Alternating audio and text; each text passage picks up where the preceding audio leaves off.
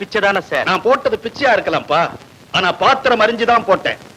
தென்னை மரம் ஏறுறவனை கை எட்டுற அளவுக்கு ஏத்தி விடலாம், அதுக்கப்புறம் அவனே தான் ஏறணும். மழை தண்ணி கடல்ல விழுந்துட்டா அது உப்பு தண்ணி, அதே காவேரியில விழுந்துட்டா குடி தண்ணி. கதவு இருக்கே அதை சாத்தவும் செய்யலாம், திறக்கவும் செய்யலாம். சங்கீதமும் அப்படிதான், அதுல சாதகமும் பண்ணலாம், பாதகமும் பண்ணலாம். என்னோட ஆசி நோக்கு எப்பவும் உண்டு. Thank you sir. இவ்வளவு பெரிய வார்த்தை என்கிட்ட சொல்லணுமா? வாஸ்தவம் தான், இதோட அர்த்த நோக்கு புரியாது. உங்களுக்கு புரிஞ்சா சரிதான். இந்த மாதிரி ஆட்களை நம்பவே படாது. நமக்கு வசதி வந்துட்டுனா செக்ரட்டரின்ற பேர்ல உள்ள வந்துட்டு நம்ம சீக்ரெட் எல்லாம் வெளியே விட்டுடுவான். நான் அப்படி இல்லைங்க. ஒரு கலைஞனை கெடுக்கிறதே அவனை சுத்தி இருக்கிற காக்கைகள். வாழ்க்கையும் காக்கையும் ஒண்ணுதான், ரெண்டுமே பறக்கிற நேரத்துல பறக்கும், உட்கார்ற நேரத்துல உட்கார்ந்துடும். இப்ப நான் அயல் நாட்டுக்கு ஏன் பறந்துட்டு இருக்கேன்? பறக்கிற நேரம். Shut up your nasty mouth. சங்கீதத்துல நான் கத்துண்டது கையளவு, கத்துக்க வேண்டியது கடல் அளவு.